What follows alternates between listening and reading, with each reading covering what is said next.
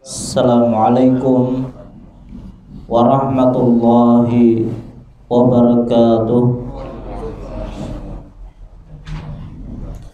Alhamdulillahi rabbil alamin. Wassalatu wassalamul atammanil akmalani alal mab'usi rahmatan lil alamin, nabiyyina wa rasulina Muhammadin wa ala alihi wa ashabihi wa man tabi'ahum bi ihsanin ila yaumiddin. Amma ba'd, fa ya ibadallah, kaum muslimin wal muslimat, keluarga sebertaan rahimani Allahu wa iyyakum. Alhamdulillah, segala puji bagi Allah Subhanahu wa ta'ala yang kembali melimpahkan kepada kita taufik dan hidayahnya sehingga kembali kita bisa berkumpul di majelis yang mulia ini dalam rangka menghadiri kajian rutin kita, yaitu dengan tafsir juz amma. Kita memohon kepada Allah, semoga Allah Subhanahu wa ta'ala berkenan untuk melimpahkan kepada kita ilmu yang bermanfaat, yang kemudian bisa kita amalkan sebagai bekal untuk menghadap Allah Subhanahu wa ta'ala. Salawat serta salam semoga senantiasa tercurahkan kepada junjungan kita Nabi besar Muhammad sallallahu alaihi wasallam, kepada keluarga beliau, para sahabat beliau, dan orang-orang yang istiqomah di atas jalan beliau ila yaumil qiyamah. Insyaallah pada kesempatan malam hari ini kembali kita akan lanjutkan pembahasan kita, yang mana kita akan memasuki pembahasan tafsir dari surah Al-Kautsar ayat ketiga, ya, ayat yang terakhir, dan ini juga merupakan pertemuan terakhir berkaitan dengan tafsir surah Al-Kautsar insyaallah. Pada pertemuan terakhir, pertemuan yang lalu, kita telah menjelaskan tentang firman Allah Subhanahu wa ta'ala, wanhar fasalli li rabbika wanhar, maka salatlah untuk Rabbmu dan menyembelihlah atau berkurbanlah. Maka kita telah jelaskan bahwasanya dua ibadah ini, yaitu dua ibadah yang mulia, yaitu salat dan juga berkurban, harus dilakukan dengan penuh keikhlasan kepada Allah Subhanahu wa ta'ala. Jadi inti dari firman Allah fasalli li rabbika wanhar adalah perintah kepada kita untuk mensyukuri atas nikmat yang Allah berikan kepada kita dengan ibadah, dan ibadah yang mulia diantaranya adalah salat dan juga berkurban. Dan kedua ibadah ini harus dilakukan dengan ikhlas karena Allah Subhanahu wa ta'ala.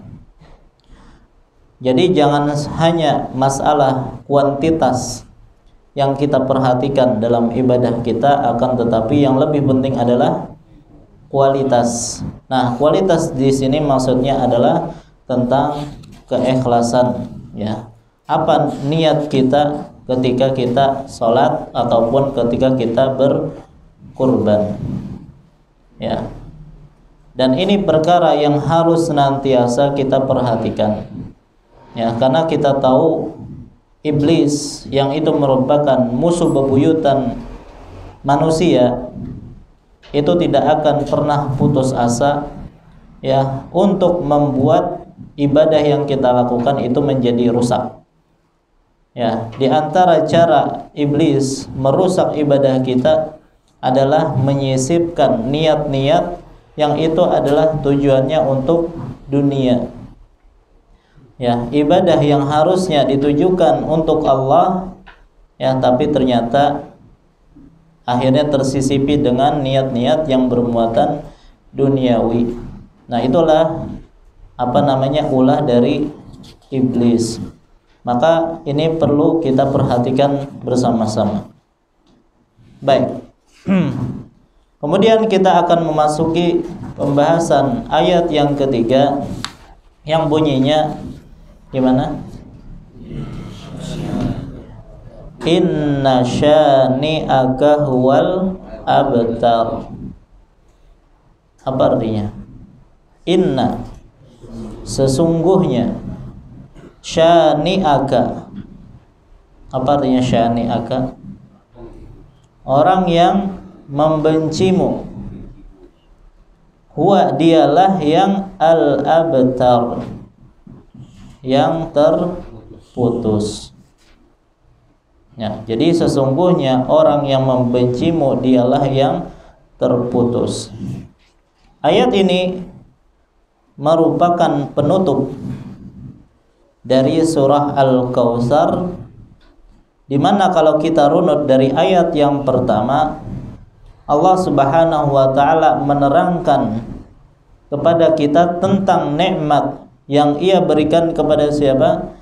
Nabi kita Muhammad sallallahu alaihi wasallam, yaitu firman-Nya, inna a'tainakal kautsar. Ya, sesungguhnya kami telah memberikan kepadamu Al-Kautsar. Ya, untuk Al-Kautsar telah kita jelaskan, ada yang menafsirkan itu adalah sungai di surga atau telaga di padang mahsyar. Ada juga ya kebaikan atau nikmat yang banyak. Dan nikmat tersebut, nikmat yang banyak tersebut perlu disyukuri. Bagaimana cara mensyukurinya? Yaitu fasholli li rabbika wanhar. Maka laksanakanlah salat karena Tuhanmu dan berkorbanlah. Yaitu di antara cara kita mensyukuri nikmat Allah yang Allah berikan kepada kita adalah dengan beribadah. Dan ibadah, di antara ibadah-ibadah yang mulia adalah salat. Yang ini merupakan ibadah yang paling mulia berkaitan tentang amaliyah. Ya, dan di antara ibadah yang paling mulia juga yang berkaitan dengan maliyah itu adalah berkurban. Kemudian di ayat yang ketiga, Allah Subhanahu wa taala berfirman, inna syani'aka huwal abtar. Sesungguhnya orang yang membencimu dialah yang terputus. Nah, mungkin ada yang bertanya-tanya, kenapa kok tiba-tiba ujuk-ujuk sesuai mendengar kayak itu. Artinya tiba-tiba Allah Subhanahu wa taala berfirman, inna syani'aka huwal abtar. Sesungguhnya orang yang membencimu dialah yang terputus. Apa hubungannya antara orang yang membenci dengan nikmat yang besar dan syukur yang berupa ibadah? Ya, seolah-olah ini kan tidak ada kaitannya ya antara ayat-ayat sebelumnya dengan ayat ini. Ada yang tahu jawabannya? Ada kaitannya. Bahkan pernah kita sebutkan sebelumnya ketika kita menjelaskan tentang tafsir global dari surah Al-Kautsar. Masih ingat? Karena keturunan Nabi sallallahu alaihi wasallam tidak putus, tidak ada keturunan dari anak laki-laki. Baik, itu al-abtar yang dimaksud. Cuman yang menjadi pertanyaan, hubungannya dengan ayat sebelumnya apa? Kenapa ketika Allah menyebutkan tentang nikmat yang Allah berikan kepada Nabi Muhammad, Kemudian perintah untuk mensyukuri nikmat tersebut dengan ibadah. Kok tiba-tiba sesungguhnya orang yang membencimu itulah yang terputus? Apa hubungannya dengan ayat sebelumnya? Nah, itu yang menjadi pertanyaan. Ada yang tahu jawabannya? Dapat minum di Kartu Kausar. Terus? Baik. Jawabannya adalah tadi kan beribadah ya, cara bersyukur atas nikmat itu adalah dengan cara beribadah. Orang yang istiqomah beribadah kepada Allah itu mesti apa? Ya pasti ada tantangannya, pasti ada yang membencinya. Ya. Coba, ulun pernah berikan contoh. Kalau ada di kantor satu orang, orangnya jujur, apakah dikasih jempol? Ya. Sementara yang lainnya, karyawan yang lainnya itu korupsinya itu berjamaah gitu ya. Terus ada yang jujur satu di antara mereka. Apakah akan dikasih jempol sama kawan-kawannya? Tidak. Yang ada adalah dibenci. Ya. Maka konsekuensi seseorang yang berusaha untuk istiqomah di dalam beribadah kepada Allah, ya, mau tidak mau seringnya itu akan mendapatkan nyinyiran kebencian dari orang lain. Ya. Jadi orang yang ingin lurus menjalankan syariat Allah Subhanahu wa taala biasanya itu akan dibenci. Maka diingatkan oleh Allah Subhanahu wa taala, manakala engkau istiqomah bersyukur kepada Allah berupa melaksanakan ibadah, maka ketahuilah akan ada orang-orang yang membencimu. Tapi tidak usah takut wahai Muhammad, inna syani'aka wal abtar. Ya, tidak usah takut wahai Muhammad, sesungguhnya orang yang membencimu mereka itulah yang akan apa? Terputus. Terputus dari apa? Ya, diantaranya adalah rahmat Allah Subhanahu wa ta'ala. Ya, sedangkan engkau wahai Muhammad, andaikan engkau istiqamah di atas jalan ini, maka engkau akan terus mendapatkan limpahan rahmat dari Allah.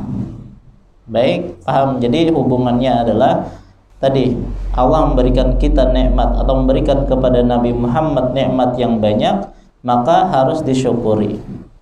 Bentuk syukurnya adalah berupa ibadah. Dan orang yang istiqomah dalam beribadah biasanya akan dibenci. Ya, maka diberikan hiburan oleh Allah Subhanahu wa taala bahwasanya kalaupun ada yang membenci, sebenarnya yang membencimu itulah yang akan terputus dari rahmat Allah. Maka ayat ini merupakan hiburan kepada nabi kita dan juga kepada orang-orang yang istiqomah di dalam ibadah, bahwasanya justru orang yang membencimu itulah yang akan terputus. Ya, maka kalau kita sedang melakukan ketaatan, wajar kalau kemudian banyak orang yang benci. Oleh karena itu jangan mundur, terus saja. Ya, karena ini pun dihadapi oleh siapa? Oleh Nabi kita Muhammad sallallahu alaihi wasallam. Ya, kalau kita ingin mengikuti Nabi Muhammad dalam ketaatan, maka siap-siap juga akan mendapati gangguan sebagaimana yang diterima oleh Nabi sallallahu alaihi wasallam. Jangan sampai istiqomah kita hancur gara-gara apa? Gara-gara perkataan orang yang tidak suka tadi, orang-orang yang nyinyir tadi. Ya. Kan ada sebagian orang itu berkata kepada orang yang rajin sholat, rajin sholatnya ke masjid. Ya. Ini terkadang di suatu komunitas itu jarang ada orang yang rajin ke masjid. Ya. Akhirnya dikata-katain rajin banget sih, kayak Pak Alimnya ya istilahnya kan gitu jadi. Nah, kalau pian digitu kan gimana tuh? terus saja, ya. Kalau pian mendengarkan perkataan dia, wah akhirnya istiqomahnya jadi hancur. Ya, maka jangan dalam masalah ini terus saja, jangan jangan mundur, pantang mundur. Kalau mundur berarti tidak tahan banting. Nah, jadi makanya wajar Allah Subhanahu wa taala menutup ayat ini dengan hiburan kepada Nabi sallallahu alaihi wasallam, ya. Karena Nabi ketika menjalankan ibadah, menjalankan ketaatan dan istiqomah dalam hal itu, banyak sekali yang membenci beliau. Maka perlu diteguhkan, inna syani'aka, sesungguhnya orang yang membencimu. Mu di sini siapa tadi? Nabi Muhammad sallallahu alaihi wasallam. Siapakah yang membenci Nabi Muhammad? Ya. Orang kafir ini maksudnya siapa aja? Quraisy, Abu Lahab gitu ya, Abu Jahal, terus siapa lagi? Dan lain-lain. Apakah itu maksudnya? Kalau kita ingin menilik tentang sababun nuzul, sebab turunnya ayat ini, ternyata yang membenci Nabi SAW itu ternyata orangnya spesifik. Ya, ada orang khusus yang dimaksud dalam ayat ini. Nah, siapakah yang membenci Nabi tersebut? Ya. Nah, Al-As bin Wa'il. Baik. Jadi kalau kita lihat sababun nuzul, ternyata yang dimaksud dari syani'ak, yaitu yang membencimu, itu adalah seseorang yang bernama Al-As bin Wa'il. Baik, pian pernah mendengar nama ini? Atau ini pertama kalinya pian dengar? Ya, kebanyakan kayaknya pertama kali ini dengarnya Al-As bin Wa'il. Memang banyak riwayat-riwayat yang menyebutkan tentang siapakah sebenarnya yang dimaksud dalam ayat ini, yaitu yang menyebutkan Al-As bin Wa'il. Hanya saja riwayat-riwayat tentang masalah ini diperselisihkan oleh para ulama atau dikritisi oleh para ulama tentang kesahihannya. Jadi bagaimana ceritanya? Disebutkan kana Al-As bin Wa'il As-Sahmi idza dzukira Rasulullah sallallahu alaihi wasallam qala da'uh. Disebutkan bahwasanya setiap kali Al-As bin Wa'il ini apabila disebutkan tentang Rasulullah, jadi ada majelis yang mana di situ banyak orang yang menjelek-jelekan Rasulullah, mengata-ngatai Rasulullah dan seterusnya. Apa yang dia katakan oleh As bin Wa'il ini, da'uh, biarkan dia, sudah biarkan saja, nggak usah terlalu mengurusi Muhammad itu, istilahnya gitu. Justru dia menyuruh atau memprovokasi agar orang-orang itu tidak terlalu membicarakan Nabi Muhammad, atau jangan terlalu sibuk membicarakan Muhammad. Kenapa kira-kira? Supaya ada viral. Ya. Apakah dia mengatakan demikian karena dia membela Nabi? Jawabannya tidak. Al-As bin Wa'il orang yang sangat benci dengan Nabi kita. Makanya inna syani'aka, ya, orang yang membencimu. Nah, apa alasan dia mengatakan demikian? Gak usah terlalu banyak membicarakan Nabi SAW. Ternyata dia memiliki alasan atau argumen tersendiri. Apakah itu? Dia mengatakan fa innama huwa rajulun abtar. Ya, Nabi Muhammad atau Muhammad itu hanyalah laki-laki yang terputus. Apa terputus, apa maksudnya? Keturunannya, zuriatnya. Abtar secara bahasa itu adalah binatang yang ekornya itu putus. Itu abtar secara bahasa. Sapi yang terpotong buntutnya itu dalam bahasa Arab sapi yang abtar. Ya. Nah, ternyata orang Arab menggunakan kata abtar itu juga untuk menjuluki seseorang yang terputus keturunannya. Ya, jadi dia katakan fa innama huwa rajulun aftar. Muhammad itu tidak perlu diomong-omongin, tidak perlu dibicarakan. Kenapa? Karena dia adalah laki-laki yang terputus. La aqibalahu, tidak akan ada juga yang meneruskannya. Jadi biar saja dia ngomong sana ngomong sini, ya. Tidak ada yang akan meneruskan omongannya ini. Lau qad halaka lanqata dzikruhu. Kalau seandainya dia meninggal, dia sudah mati, maka tidak akan ada yang meneruskannya. Kenapa? Karena dia adalah laki-laki yang terputus keturunannya. Ya. Maka ketika dia sudah mati, tidak ada lagi yang menyebut-nyebut dia, maka kalian akan beristirahat dari dia. Ini alasan siapa? Al-As bin Wa'il. Nah, jadi Al-As bin Wa'il memberi julukan kepada Nabi kita dengan rajulun abtar, yang terputus. Maka akhirnya Allah pun menurunkan surah Al-Kautsar ini yang di dalamnya terdapat inna syani'aka wal abtar. Baik, yang menjadi pertanyaan, kenapa Nabi SAW itu dikatakan oleh Al-As bin Wa'il ini sebagai orang yang terputus keturunannya? Bukankah Nabi punya anak? Ya kan? Baik, ayo kita ulangi lagi, berapakah anak Nabi sallallahu alaihi wasallam? Ada 7. Berapa laki-lakinya, berapa perempuannya? 3 laki-laki, 4 perempuan. Baik, urutannya gimana? Al-Qasim laki-laki dulu ya. Al-Qasim. Terus Abdullah itu setelah Fatimah. Baik, Al-Qasim dulu. Terus perempuan dulu, Zainab. Terus Ruqayyah, Ummu Kulsum, Fatimah, Abdullah, Ibrahim.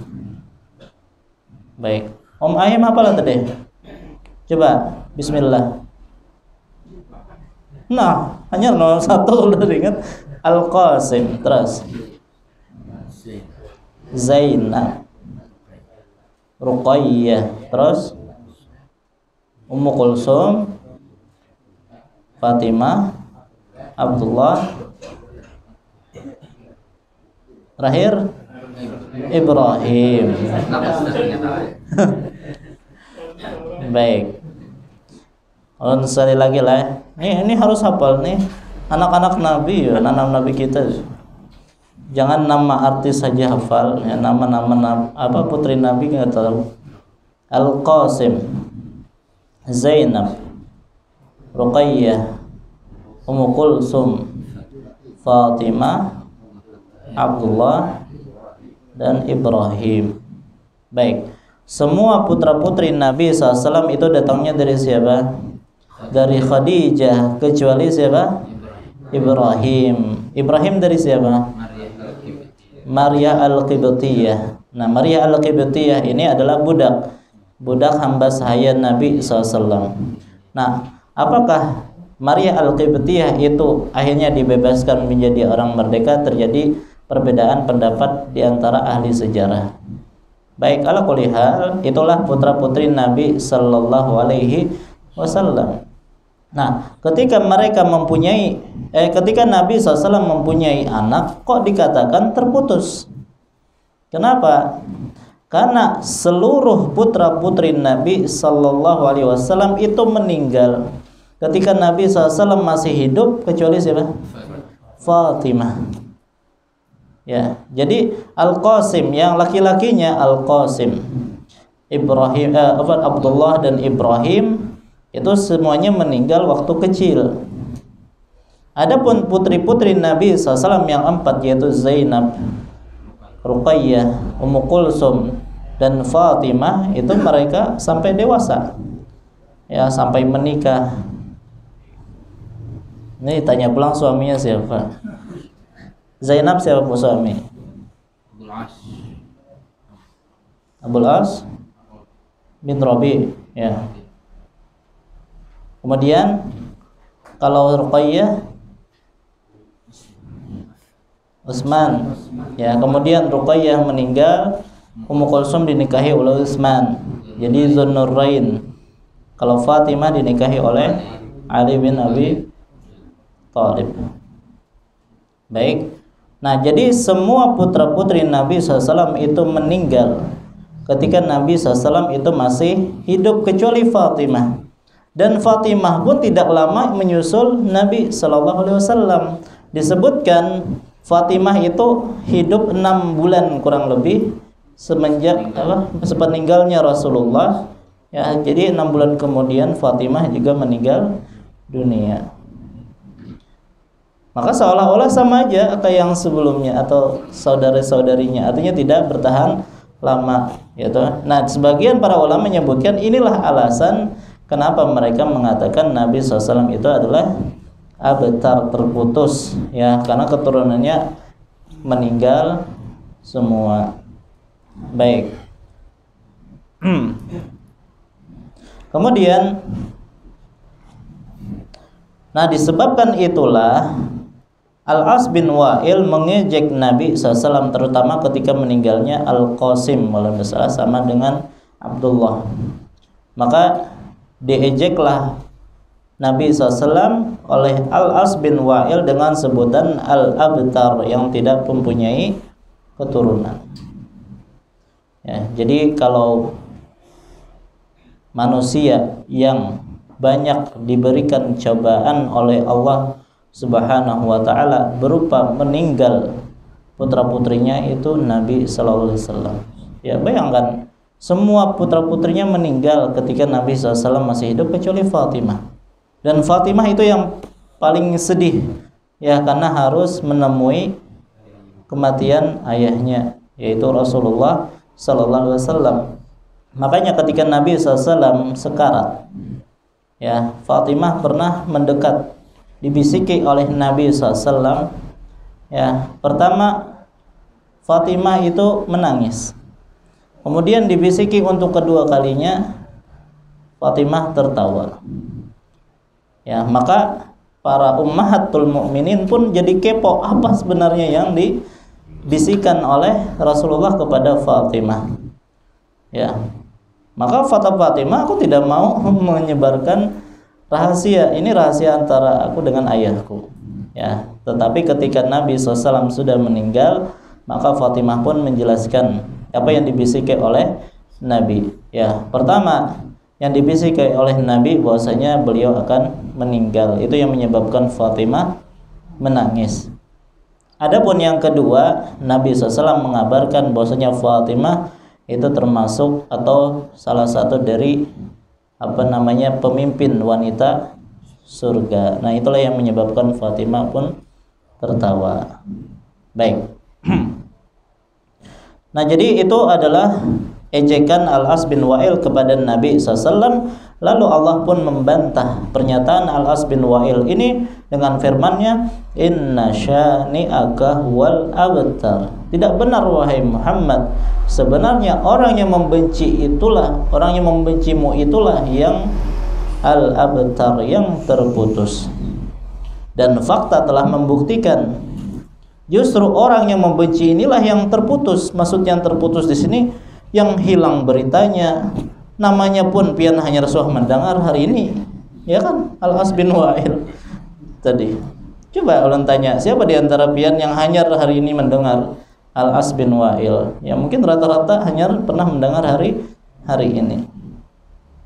Sudah tidak dikenal, kalaupun dikenalnya dengan ya kejelekan, ya.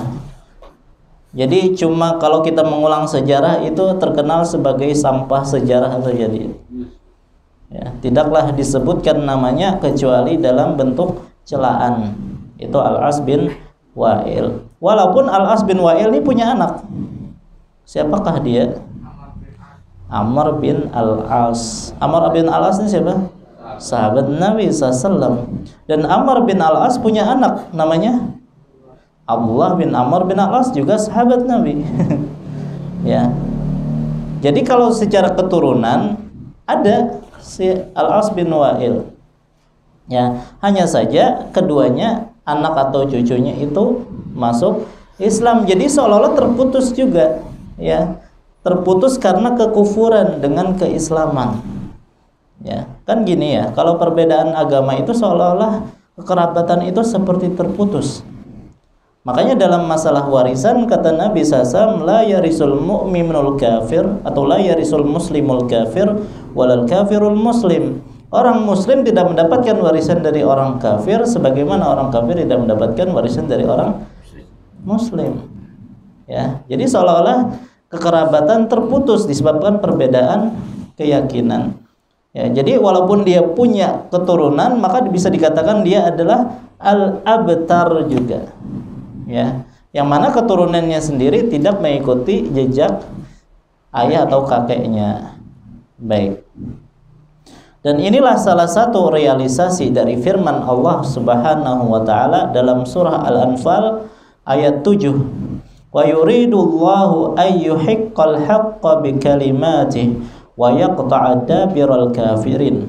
Sesungguhnya Allah berkehendak membenarkan yang benar dengan ayat-ayatnya. Artinya yang benar pasti benar, walaupun mungkin awalnya kelihatan buram yang nggak tahu. Walaupun banyak orang yang berusaha memberantas kebenaran, tapi kalau itu merupakan sesuatu yang benar, pasti suatu saat Allah akan menampakkan kebenaran tersebut. Maka orang-orang yang mengusung kebenaran jangan merasa sedih, tidak perlu merasa minder, ya. Kalaupun ada yang memojokkan dia, maka ingatlah bahwasanya yang namanya kebenaran itu pasti akan diangkat oleh Allah Subhanahu wa taala. Kemudian wa yaqta'a dabiral kafirin, dan Allah Subhanahu wa taala itu memusnahkan orang-orang kafir ke akar-akarnya. Nah, inilah ancaman Allah Subhanahu wa taala terutama kepada siapa? Al-As bin Wa'il. Baik. Adapun Nabi kita Muhammad sallallahu alaihi wasallam, ya, apakah benar-benar terputus? Jawabannya tidak. Sampai sekarang nama beliau selalu harum. Ya, kita senantiasa menikmati hadis-hadis Nabi sallallahu alaihi wasallam. Semua orang pernah mendengar nama Nabi Muhammad sallallahu alaihi wasallam, baik yang muslim ataupun yang kafir, ya, mengenal Nabi Muhammad, baik yang tua kah, yang muda kah, yang putih kah, yang hitam kah, semuanya tahu atau pernah mendengar nama Nabi Muhammad sallallahu alaihi wasallam. Bahkan ada satu buku yang judulnya itu 100 tokoh yang paling berpengaruh di dunia, yang ditulis oleh seorang Yahudi, bukan orang Muslim.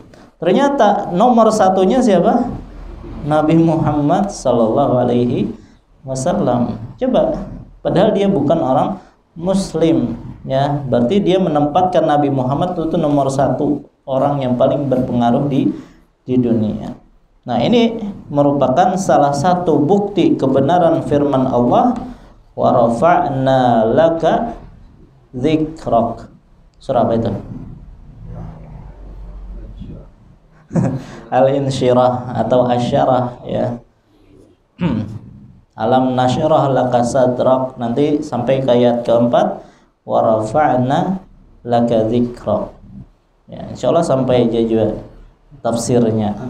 Amin. Dan kami akan angkat tinggi-tinggi namamu wahai Muhammad. Itu sudah janji Allah. Allah akan meninggikan nama Nabi kita Muhammad, mengharumkan nama beliau. Ya, jadi walaupun banyak orang yang mengejek beliau, tapi nama beliau tetap tinggi, ya, tetap harum sampai kapanpun. Kenapa? Karena Allah sudah menjanjikan hal itu kepada Nabi kita Muhammad sallallahu alaihi wasallam. Sebagaimana para ulama itu juga selalu abadi selama masa itu ada. Jadi kata Ali bin Abi Thalib, al ulama'u baquna ma baqiyad dahr. Ulama itu akan selalu abadi selama masa itu ada. A'yanuhum mafqudah, jasad mereka itu boleh punah, ya artinya mereka boleh mati. Wa amsaluhum fil qulubi mawjudah, tetapi mereka akan selalu ada di dalam hati. Coba para ulama, Al-Imam Bukhari, siapa yang tidak kenal dengan Al-Imam Al-Bukhari, Al-Imam Muslim, Al-Imam An-Nawawi. Ya, mereka memang sudah meninggal, sudah mati, bahkan mungkin sudah jadi tulang, tetapi ilmu mereka ya masih kita rasakan sampai sekarang, seolah-olah mereka masih hidup ya. Nah, ulama saja seperti itu ya, padahal ulama itu kan pengikut, hanya pengikut Nabi ya, atau pewaris para Nabi. Al-ulama'u warasatul anbiya, para ulama adalah pewaris para Nabi.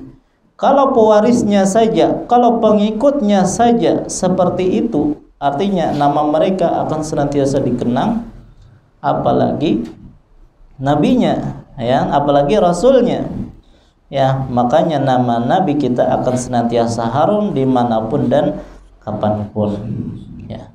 Kembali kepada firman Allah, inna syani'aka, sesungguhnya orang yang membencimu. Tadi siapa maksudnya? Al-As bin Wa'il. Pertanyaannya, kalau memang yang dimaksud itu adalah Al-As bin Wa'il, kenapa tidak disebutkan terang-terangan saja ya? Sesungguhnya inna Al-As bin Wa'il huwal abtar gitu. Kenapa yang disebutkan inna syani'aka huwal abtar? Kalau Abu Lahab kan langsung disebutkan tuh, tabbat yada abi lahabi wa tab ya, sungguh celaka siapa? Tangannya, kedua tangannya Abu Lahab, dan celakalah dia. Ini disebutkan langsung Abu Lahabnya. Nah, kenapa dalam ayat ini tidak langsung disebutkan Al-As bin Wa'ilnya? Ya, karena para ulama menjelaskan ini memberikan faedah keumuman. Artinya yang tercakup dalam ayat ini adalah Al-As bin Wa'il dan juga orang-orang yang memiliki karakter seperti Al-As bin Wa'il. Apa karakter Al-As bin Wa'il? Yaitu mencela Nabi Muhammad sallallahu alaihi wasallam. Maka orang-orang yang juga ikut-ikutan mencela Nabi SAW itu juga masuk dalam ayat ini. Ya. Baik, jadi siapapun yang mencela Nabi SAW ataupun mencela syariat Nabi Sallallahu Alaihi Wasallam, ya maka dikhawatirkan orang seperti ini adalah al-abtar, yaitu yang terputus dari rahmat Allah Subhanahu wa Ta'ala. Ya, akhirnya dia pun jadi terhina, ya, tersingkirkan namanya di dunia maupun di akhirat. Ya, makanya Allah berfirman di dalam surah Al-An'am ayat 45. Allah berfirman, faquti'a dabirul qaumil ladzina zalamu, maka orang-orang zalim itu dimusnahkan oleh Allah sampai ke akar-akarnya. Wah, itu ancaman bagi mereka yang zalim. Maka siapapun dia, dimanapun dia, apabila ia membenci Nabi atau membenci syariat Nabi, maka nasibnya akan sama seperti Al-As bin Wa'il. Ia akan jadi orang yang terputus dari rahmat Allah. Ia akan jadi orang yang terhinakan. Dan ini juga merupakan peringatan bagi mereka yang membenci Rasul dan membenci syariat Rasul. Salah satu bentuk membenci adalah menghina atau mengejek syariat Islam atau syiar-syiar Islam. Syiar Islam itu maksudnya apa? Syiar-syiar yang nampak, yaitu merupakan ajaran Islam seperti sholat berjamaah, adzan, haji. Ya, maka jangan sekali-kali ada yang mencela syiar-syiar Islam. Kenapa? Karena dikhawatirkan orang-orang yang seperti ini pahalanya itu akan musnah, akan hilang. Orang yang benci dengan syariat Islam, walaupun dia beragama Islam, ya, maka pahala ibadahnya itu akan musnah. Mana dalilnya? Dalilnya adalah dalam surah Muhammad ayat 9, Allah berfirman, "Dzalika bi annahum karihu ma anzalallah fa ahbata a'malahum." Yang demikian itu karena mereka membenci apa yang diturunkan oleh Allah, maka Allah akan menghapuskan segala amalan mereka. Ya, maka hati-hati, ya. Jangan sampai ada terbersit di dalam hati kita benci dengan syariat Islam. Ya, dan ini juga menuntut kita untuk semakin semangat dalam mempelajari agama. Kenapa? Karena bisa jadi kita membenci sesuatu padahal itu termasuk syariat agama, syariat Islam. Coba sekarang banyak orang yang mencela jenggot misalnya. Ya. Wah, nih Pak Bila lagi disembelih. Paham? Kemudian orang yang pakaiannya di atas mata kaki, wah banjir di mana pulang. Kemudian orang yang cadaran, wah ada ninja, ya. Macam-macam seperti itu kan celaan-celaan yang menunjukkan kebencian terhadap ajaran Islam, ya. Dan ini bisa jadi disebabkan karena kejahilan dia terhadap syariat Islam. Maka penting bagi kita untuk belajar, ya, tentang ajaran Islam dengan baik. Nah, sebagai penutup pembahasan kita, tadi kan kita tidak boleh membenci syariat, ya. Cuman ada hal yang harus dibedakan di sini. Yang pertama, kebencian yang bersumber dari keyakinan atau akidah atau ideologi, maka ini membatalkan amalan. Ya, seperti orang-orang munafik yang benci dengan syariat Islam walaupun mereka mengerjakannya, ya. Allah Subhanahu wa taala berfirman tentang orang munafik, wa idza qamu ilas shalah qamu kusala. Kalau mereka bangkit untuk sholat, maka mereka sholat dalam keadaan malas-malasan, belum lagi ria. Ya, sebenarnya mereka tidak mau sholat, tapi karena takut, ya, diperangi oleh Nabi SAW, maka akhirnya menampakkan keislaman. Begitu juga orang-orang yang terpengaruh dengan pemikiran liberal, yang akhirnya mencela syariat Islam, ya kan? Maka hati-hati, ini berasal dari keyakinan ataupun ideologi. Adapun yang kedua, kebencian atau ketidaksukaan yang bersumber dari tabiat manusia.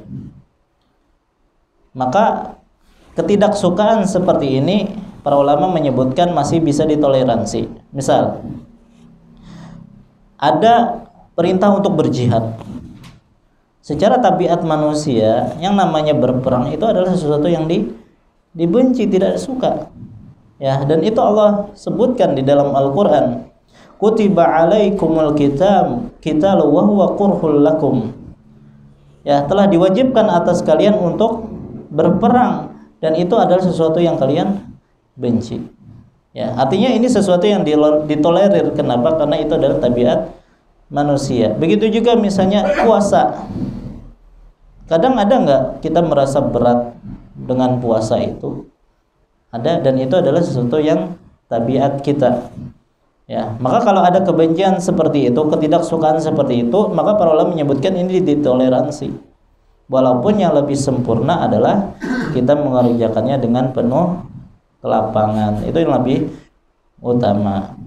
Baik.